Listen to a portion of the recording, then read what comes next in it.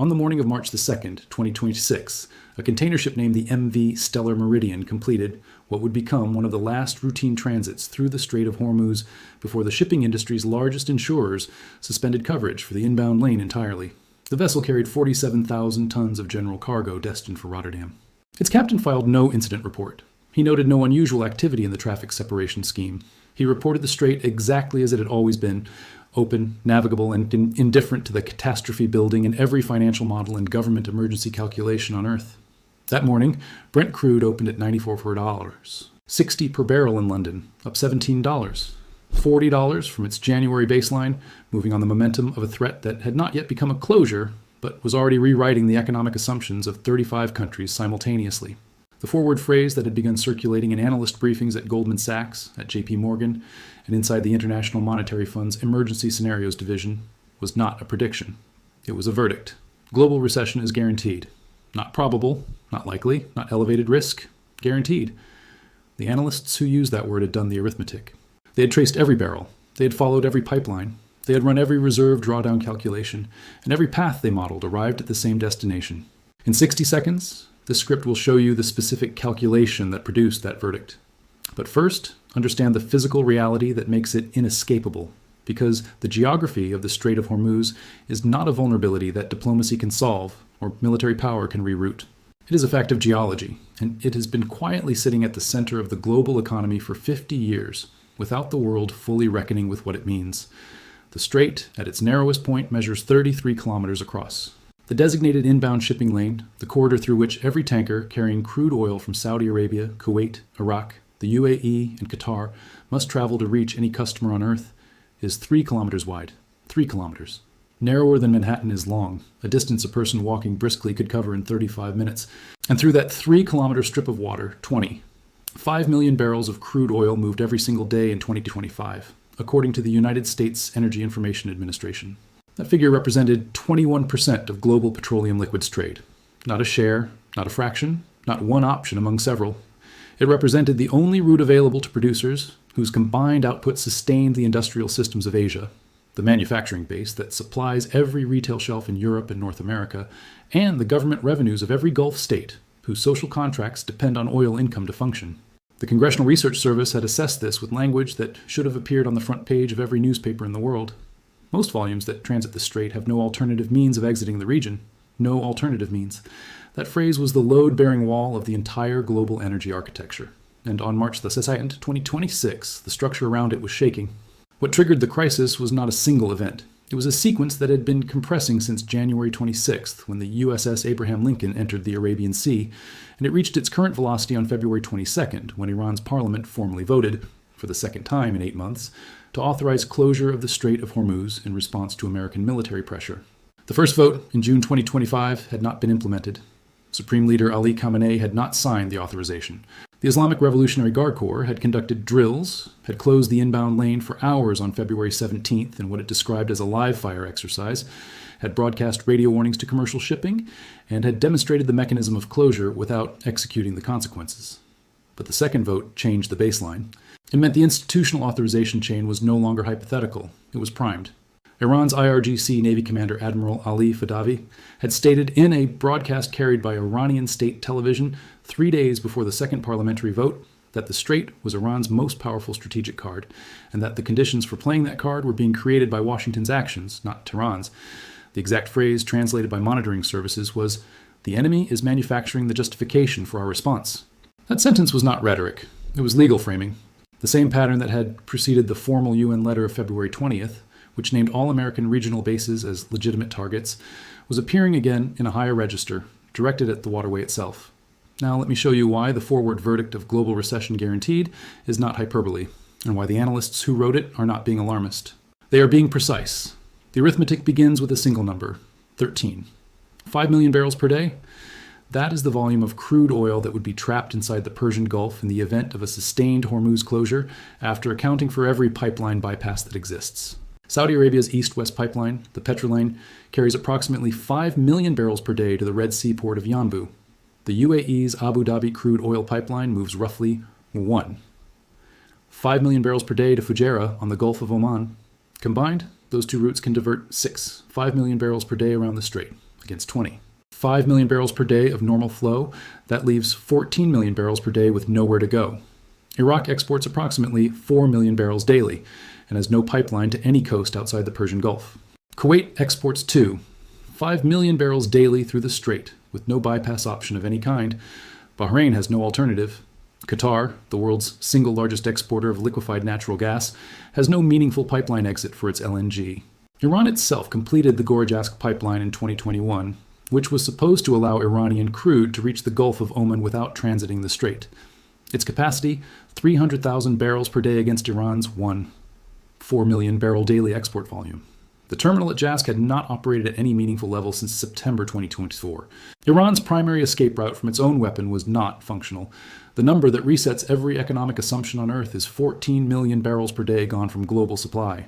Against a world that consumes 105 million barrels daily, that represents 3% of total global consumption vanishing from accessible markets simultaneously, not gradually, not in stages that allow adjustment, but within the first 72 hours of a sustained closure, as insurance underwriters suspend coverage and tanker captains begin holding position outside the inbound lane rather than navigating a route their insurers will no longer guarantee. Wait, before showing you the country-by-country cascade, let me show you what the financial markets already knew before any closure was declared, because the price signals in the first week of March 2026 were not forward-looking speculation. They were real-time verdicts from markets that process information faster than any government briefing cycle. Brent crude's move from $77 to $94. $60 between January 15th and March 2nd represented a 9% increase in 6 weeks. And that was before a single barrel had been blocked. That was pure risk premium, the market's estimate of probability multiplied by consequence. Goldman Sachs released an updated scenario analysis on February 28th, projecting Brent crude at $120 to $130 per barrel in the event of a partial closure lasting 30 days, and $145 to $160 in the event of a sustained full closure exceeding 60 days. JP Morgan's commodity desk had published a note on February 25th, estimating $130 crude within 3 weeks of any confirmed blockade of the inbound lane, with a secondary projection of $150 if Iranian shore-based anti-ship missile activity made transit insurance unacquirable rather than merely expensive. Barclays had been more specific about the downstream consequences. At $130 crude, United States consumer gasoline prices reach $5, $80 to $6.40 per gallon nationally. At 150 crude, the Barclays model showed $7. 10 is the central case for American retail pump prices, with California, Hawaii, and New York exceeding $8.50. The Rapidan Energy Group, a Washington-based energy policy research firm whose clients include sovereign wealth funds and senior government officials, had published the language that became the crisis's defining formulation. Their February 27th brief stated without qualification that a closure of greater than 21 days would produce global recession conditions with mathematical certainty. The specific phrase used by Rapidan's president Bob McNally in a subsequent media appearance was, "This is not a risk scenario. This is the guaranteed outcome. The only variable is how severe." Gold had moved to $2,140 per troy ounce by March 1st, up from $2,640 in January. A 12% increase in 7 weeks that reflected institutional investors rotating out of equities and into safe haven assets with a speed and scale not seen since the first weeks of the Ukraine invasion in 2022. The VIX Volatility Index, the market's fear gauge, had risen 38% since February 18th. The Nikkei 225 had fallen 4% in the same period. The S&P 500 had shed 2%, equivalent to $2. $1 trillion in market capitalization erased before any missile had been fired and before any tanker had been formally blocked. The 10-year U.S. Treasury yield had dropped 31 basis points in 2 weeks as institutional money flooded into government debt, as the only available shelter during a period of equity and commodity instability that no asset manager had been fully positioned for. These numbers were not projections. They were the opening movements of a financial system beginning to price the permanent destruction of an assumption it had held for 50 years. Now let me show you what those numbers mean for the specific countries most exposed, because the aggregate global recession figure of $1, $4 trillion in destroyed output that Oxford Economics had published in its emergency scenario modeling was composed of individual national catastrophes that each had their own specific mechanics and their own specific timelines. Japan understood its exposure better than any other country on Earth because Japan had no choice but to understand it. Japanese customs data showed that 93% of Japan's crude oil imports originated in Middle Eastern producers, and 80% of those imports, approximately 8 million barrels per day, moved through the Strait of Hormuz. Japan imported fossil fuels to meet 87% of its total energy requirements. There was no domestic alternative of any scale. There was no geographic bypass option. Japan's strategic petroleum reserve, one of the largest in the world both in absolute volume and as a proportion of consumption, held approximately 240 days of supply. That reserve was the product of a national trauma, the 1973 Arab oil embargo, and it represented the most serious national commitment to energy security of any country outside Norway. But 240 days of reserve at normal consumption levels was not 240 days of industrial operation, because Japan's industrial system was not designed to ration fuel across 240 days in orderly proportions. It was designed to run at full capacity on continuous supply. Mitsubishi Heavy Industries, Nippon Steel, Toyota, Sony, the manufacturing backbone of the Japanese economy, operated on just-in-time logistics that had no slack for extended supply uncertainty. When the Mitsui O.S.K. Line's shipping company announced on February 26th that it was rerouting vessels to minimize transit time in the Persian Gulf, it was not announcing a contingency plan. It was announcing that the calculation for operating in those waters had already changed, before any closure, before any incident. Japanese government officials had quietly convened emergency energy security sessions on February 24th, the details of which had not been released publicly. What was released was a single statement from the Ministry of Economy, Trade and Industry confirming that Japan was in close consultation with IEA member countries regarding potential coordinated reserve releases. Close consultation was the language of a country preparing for the scenario it hoped would not come. South Korea's exposure was structurally identical, but geographically even more constrained. South Korea sourced approximately 65% of its crude oil, roughly 6 million barrels per day, through the strait. The country imported 81% of its total energy requirements. Saudi Arabia supplied 1/3 of South Korean oil imports, and every barrel of Saudi oil destined for South Korea moved through Hormuz. Seoul maintained a strategic petroleum reserve of approximately 200 days, a direct product of the same historical trauma that had shaped Japan's reserve policy. But 200 days against a sustained indefinite closure was not a solution. It was a countdown. South Korean emergency planners, according to reporting from Yonhap News Agency on February 28th, were modeling scenarios in which reserve drawdown began after 30 days of disruption and ran for 60 days before industrial rationing protocols were triggered. That timeline put critical manufacturing shortfalls beginning around day 90 of any sustained closure, which was also roughly when IEA-coordinated reserve capacity would begin to show meaningful stress. India's exposure combined high-volume dependence with a population whose sensitivity to fuel price increases was among the most acute in the world. India imported approximately 3 million barrels of crude per day through the strait, representing roughly 40% of total Indian crude imports. An additional 60% of India's natural gas, sourced primarily from Qatar, also moved through Hormuz. India's Minister of Petroleum had publicly noted that diversification toward Russian crude since 2022 had reduced exposure, and that was accurate as far as it went. But 40% of Indian refining input still moved through the strait, and that 40% fed refineries that processed fuel for 44 billion people.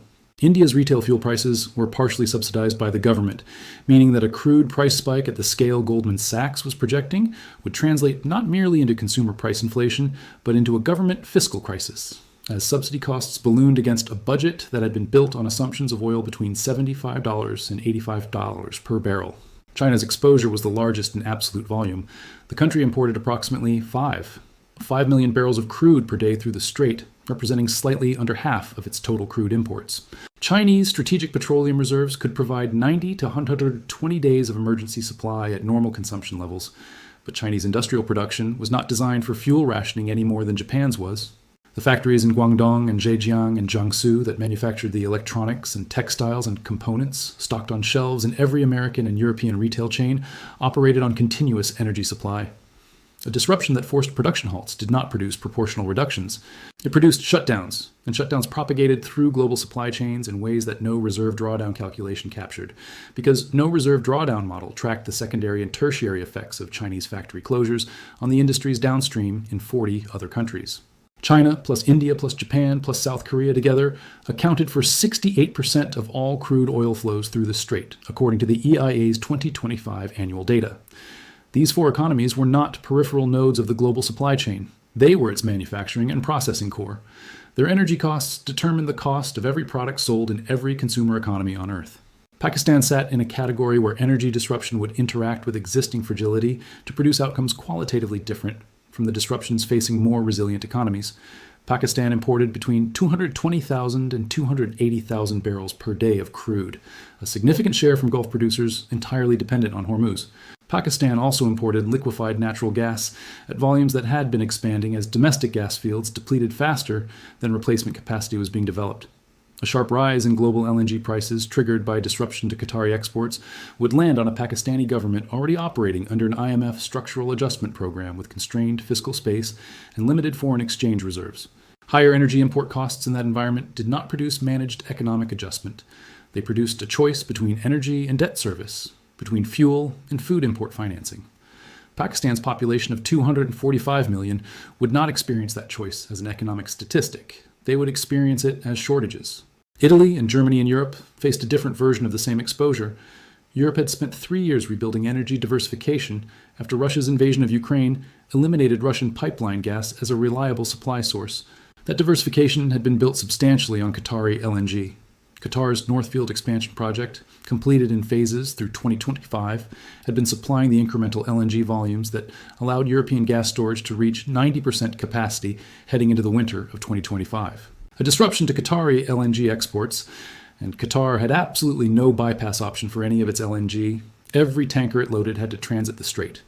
Would not arrive in Europe as a price increase. It would arrive as a physical shortage in the refilling season. A spring or summer closure of the strait would intersect with the period when European storage needed to be rebuilt for the following winter. Storage that could not be refilled translated in practical terms to heating and industrial energy shortfalls beginning in November, at the precise moment when political tolerance for energy crisis was lowest and government legitimacy most exposed. In 30 seconds, the most important expert warning of this crisis. But first, the financial system's response needed to be understood in the specific institutional terms that market participants were actually using, because the numbers that matter most in this situation were not the oil price headlines. They were the insurance numbers, because insurance was the mechanism through which closure became effective before a single shot was fired.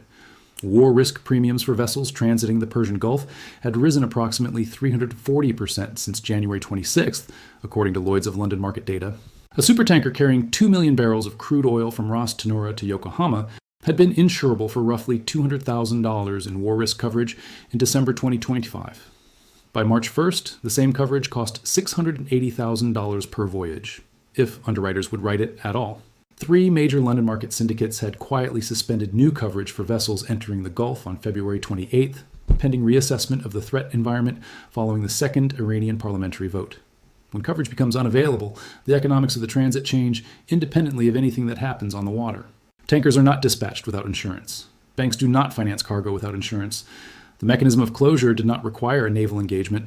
It required underwriters to conclude that the probability of engagement was high enough to make the premium uneconomic to write.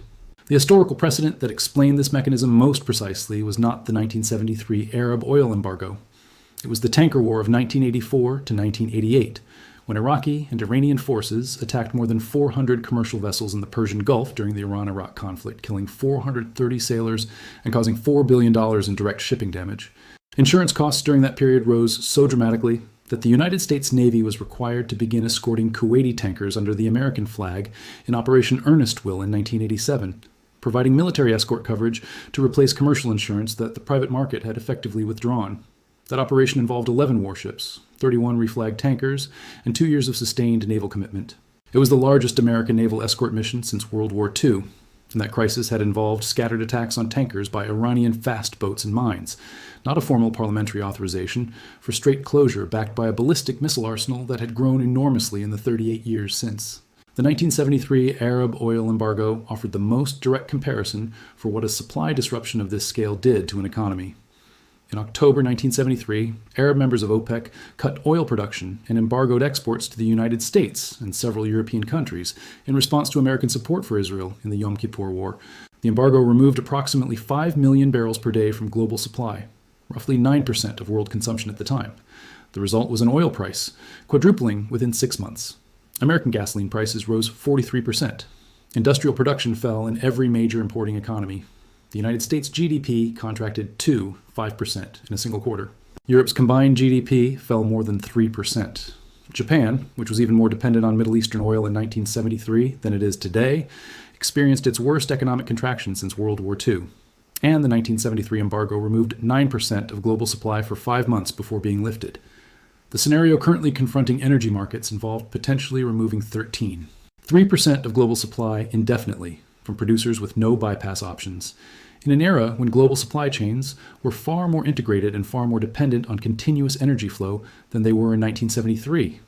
The 1979 Iranian Revolution and subsequent disruption to Iranian oil exports removed approximately 5 million barrels per day from the market. Oil prices doubled. United States inflation reached 5%. The Federal Reserve under Paul Volcker was forced to raise interest rates to 20% to break the inflationary spiral, a policy that deliberately induced a recession that caused unemployment to peak at 8% in November 1982. The cure for the 1979 oil shock was a recession that lasted longer and caused more economic damage than the shock itself. That precedent was precisely what the Federal Reserve's current policymakers were confronting in their private scenario modeling, because the Fed's interest rate dilemma in a Hormuz closure scenario was a version of the same impossible choice Volcker had faced. Combat oil-driven inflation by raising rates and triggering recession, or hold rates to protect growth and allow inflation to accelerate into double digits. The scenario currently under analysis involved a supply disruption roughly 4 times larger than the 1979 disruption. There was no historical precedent for the economic response because the disruption had no historical precedent in scale. Now, the deepest consequence, the one that the oil price headlines and the stock market numbers and the GDP contraction forecasts did not fully capture. Because behind all of those financial measurements was a more fundamental system. The food supply chains of countries that were simultaneously dependent on energy imports and food imports, and for whom disruption to one was disruption to the other. Modern agricultural systems consumed energy at every stage without exception. Fertilizer production required natural gas as a primary chemical input. Nitrogen fertilizers were essentially manufactured from natural gas, and a sustained disruption to Qatari LNG exports would affect fertilizer availability in the planting season. Irrigation systems ran on diesel or electricity. Harvesting, processing, and refrigeration required continuous fuel supply. Transportation from farm to port to consumer required fuel at every link. Countries in South and Southeast Asia that were importing food in addition to importing energy would face simultaneous pressure on both supply chains that no domestic alternative could absorb. Bangladesh imported virtually all of its energy and a significant share of its food. A sustained Hormuz closure would raise the cost of both. Denominated in dollars, its government did not have. Egypt, which subsidized bread for 100 million people using government revenues that were already under pressure from a currency crisis, would face a humanitarian decision, cut bread subsidies or default on external debt, within 60 days of a sustained closure. Sri Lanka had already experienced in 2022 what happened when a government ran out of foreign exchange for fuel imports. The country shut down, schools closed, hospitals rationed power, fuel queues stretched for miles. A Hormuz closure did not threaten Sri Lanka with a repeat of 2022. It threatened a version of 2022 that was larger, faster, and less recoverable, because this time the external financing environment was already tighter, and the geopolitical crisis was providing cover for lenders to hesitate. These were not edge cases. The World Food Program had quietly assessed in an internal February 2026 brief, portions of which were shared with journalists at Reuters, that a sustained Hormuz closure lasting more than 45 days would trigger food insecurity alerts in 17 countries that were not currently classified as food emergency situations. 17 countries, crossing from financial stress into genuine humanitarian exposure, from a waterway 33 kilometers wide. The no-exit problem was the final layer, and it was the one that made the word guaranteed carry real weight. Strategic petroleum reserves were designed for exactly this kind of crisis. The United States held approximately 370 million barrels in its strategic petroleum reserve, stored in salt caverns in Texas and Louisiana. Against the 14 million barrels per day of flow that would be blocked by a full Hormuz closure, accounting for pipeline bypass capacity, the entire American reserve represented 26 days of offset if released at the maximum technically feasible drawdown rate, which was approximately 4 million barrels per day. The IEA coordinated reserve capacity across all member countries totaled approximately 5 billion barrels. Against 14 million barrels per day removed from accessible supply, the entire IEA reserve drawdown capability, deployed simultaneously across all member countries at maximum rates, provided approximately 107 days of offset. 107 days was not a solution. It was a window. In that 107-day window, The world would need to find a permanent alternative supply source for 14 million barrels per day, equivalent to adding the entire current production of Saudi Arabia and Iraq combined to global markets outside the Persian Gulf. There was no such source. American shale production had reached its technical ceiling and required 12 to 18 months of drilling activity to materially increase output. Canadian oil sands production was similarly capacity constrained with a 24-month response lag.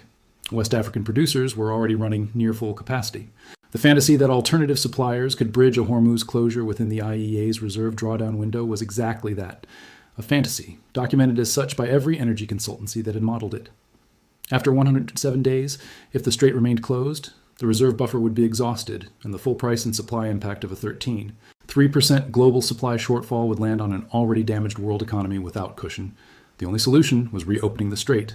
And reopening the strait required one of two things: either Iran voluntarily ending the closure following a diplomatic resolution of the underlying conflict, or American and allied naval forces physically clearing and securing the strait against Iranian interdiction, a military operation involving mine clearance in contested waters while Iran's shore-based anti-ship missile batteries remained operational.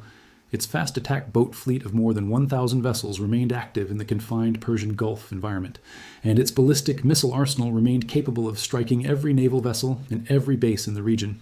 Mine clearance in contested waters was not an operation measured in days. It was measured in weeks, and those were weeks during which the strait remained effectively closed. There was no scenario in which reopening the strait by force was rapid. Both paths back to open water required the resolution of a political conflict that had been running for 47 years. Both paths had no precedent for rapid completion. Both paths ran through the same narrowing corridor of options that every actor in this crisis was navigating simultaneously. Iran, the United States, Saudi Arabia, Japan, India, China, South Korea, and 28 other countries whose economic survival ran through 3 kilometers of water between Iran's coastline and Oman's territorial limit.